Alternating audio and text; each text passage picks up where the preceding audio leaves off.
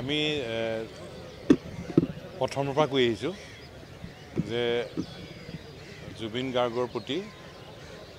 অসম চৰকাৰে সৰ্বোত্তম সন্মান জনাব পৰা ব্যৱস্থাপনা কৰিব লাগে আৰু জুবিন গাৰ্গৰ প্ৰতি অসমৰ ৰাইজেও ছাত্ৰ সন্থাই সকলোৱে আমি অসমৰ ৰাইজ ছাত্ৰ সন্থাই সকলোৱে আমি বিচাৰিছোঁ যে জুবিন গাৰ্গৰ প্ৰতি সৰ্বোত্তম সন্মান প্ৰদৰ্শনৰ ব্যৱস্থাপনা অসম চৰকাৰে কৰিব লাগে আজি অসমৰ সন্মানীয় মুখ্যমন্ত্ৰী ডাঙৰীয়াই ৰাতিপুৱা ক'লে যে জুবিন গাৰ্গৰ লগত জড়িত শিল্পীসকল অসমৰ ৰাইজ অসম সাহিত্য সভা ছাত্ৰ সন্থাৰ মতামত ল'বৰ কাৰণে চৰকাৰে ব্যৱস্থা লৈছে আৰু তাৰ কাৰণে দুগৰাকী সন্মানীয় কেবিনেট মন্ত্ৰী ডক্টৰ ৰণোজ পেগু ডাঙৰীয়া আৰু বিমল বৰুৱা ডাঙৰীয়াক দায়িত্ব দিছে আৰু দুয়োগৰাকী সন্মানীয় কেবিনেট মন্ত্ৰীয়ে আমাৰ লগত যোগাযোগ কৰিছিল আৰু তেখেতসকলে চৰকাৰৰ যিটো উদ্যোগ সেই উদ্যোগটোৰ কথা আমাক জনালে আৰু আমিও তেখেতসকলক ক'লোঁ যে এই গোটেই বিষয়টোত পৰিয়ালৰ যিটো মত সেইটোৱে ছাত্ৰ সন্থাৰ মত গতিকে আমি পৰিয়ালৰ লগত আমি কথা পাতিব লাগিব গতিকে আমি পৰিয়ালৰ লগত কথা পাতিবলৈ গৈছিলোঁ পৰিয়ালৰ লগত কথা বতৰা পাতিলোঁ আৰু পৰিয়ালে গুৱাহাটী বা গুৱাহাটীৰ ওচৰতে জুবিন গাৰ্গৰ শেষকৃত্য আৰু সমাধি স্থাপন কৰাৰ কথাটোত মত প্ৰকাশ কৰিছে আৰু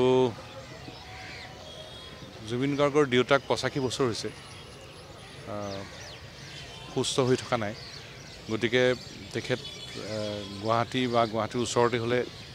সেই অনুষ্ঠানত থাকিব পাৰিব গতিকে এই বিষয়টোত আমি পৰিয়ালৰ মতটোৱেই আমাৰ মত গতিকে এই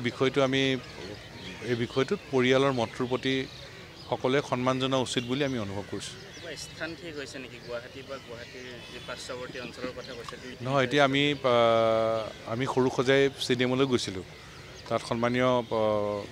সাংস্কৃতিক মন্ত্ৰী বিমল বৰুৱা ডাঙৰীয়াকো পালোঁ মুখ্য সচিব ডাঙৰীয়াকো পালোঁ তাত ব্যৱস্থাপনা কি আছে তাৰো আমি চালোঁ আমি তাত আৰু তেখেতসকলে আমাক জনালে যে ইতিমধ্যে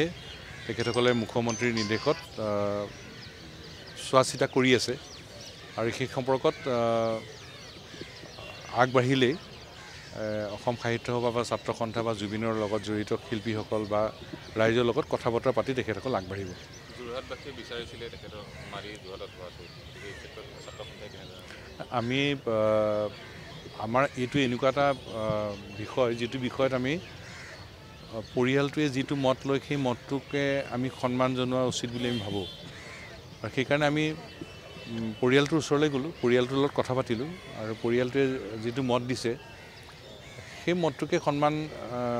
জনোৱা উচিত বুলি আমি অনুভৱ কৰিছোঁ যিকোনো খবৰৰ বাবে যোগাযোগ কৰক 7099017330 লগতে 7099017110 নম্বৰত